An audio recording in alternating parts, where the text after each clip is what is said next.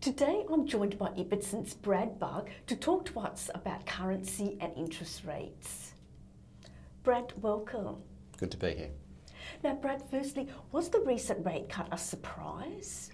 I think the timing of the rate cut was a surprise. I think the Reserve Bank of Australia had the necessary ammunition in order to cut interest rates, but typically we expect the central bank to give us a little more guidance in what they're thinking and what actions they might be taking. So I think they were certainly justified in providing some more stimulus to the economy, but there was a lot of people out there a little bit surprised as to the exact timing, because if you think back, just before year end, the governor came out and said that they expected interest rates to remain at the current levels for some time. So I think that's why the market was a little bit surprised by the timing, but not necessarily about the direction of the cut.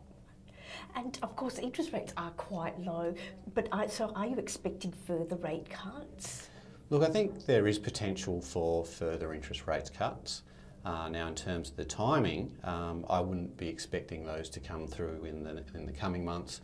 I expect the Reserve Bank to sit back, look at the impact of what this cut has done, and whether it flows through the housing market, whether it flows through the broader economy. And if that does happen and they feel that there's need for more stimulus, then we may see further cuts down the track. So, a 2% interest rate may not be that far away.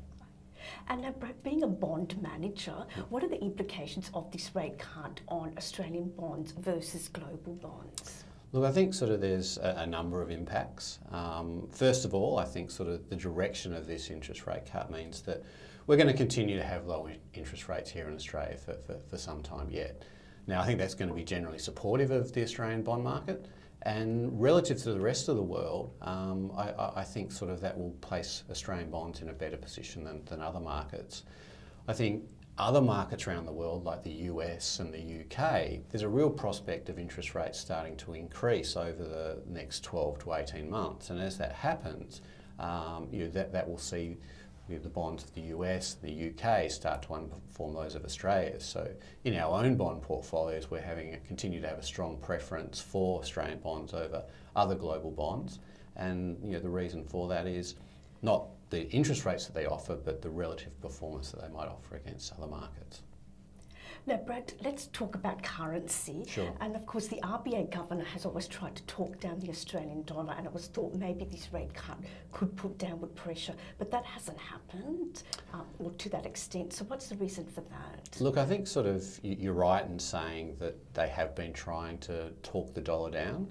And in terms of what happened when they cut interest rates I think there was an expectation that interest rates were going to be cut, not necessarily at the meeting, but in the future.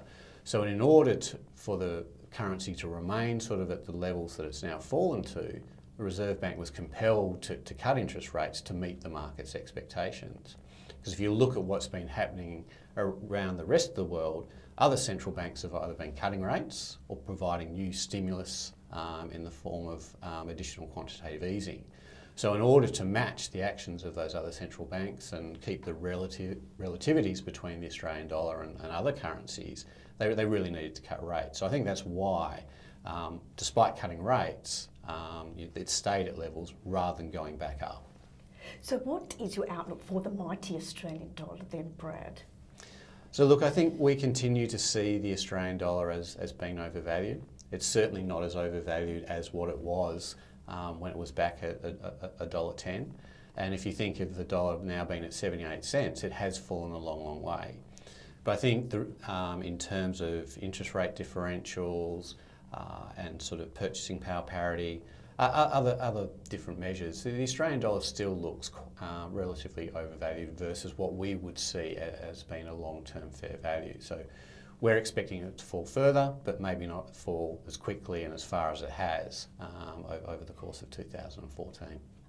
And Brad, finally, if we could look offshore, the US dollar's been quite strong. What's your outlook for the US economy? So I think the US dollar has been strong because, once again, the relativities. I think the rest of the world has been slowing down, whereas the US economy has been growing and growing much more quickly than other parts of the developed world, Europe, for instance. So I think that has really driven the strength in the US dollar. But the US dollar has moved a long way now, and I think we're expecting that stronger currency will start to have a little bit of a slowing impact on the growth that we've seen. And I think we saw that in the last GDP report from the US, the impact of that stronger dollar, because it just makes US exports that little less competitive. And at these elevated levels, it may see sort of growth fail to meet sort of some of the lofty expectations which people now have. Brad, thank you so much for taking some time from your busy day to chat with us. Thanks, Christine.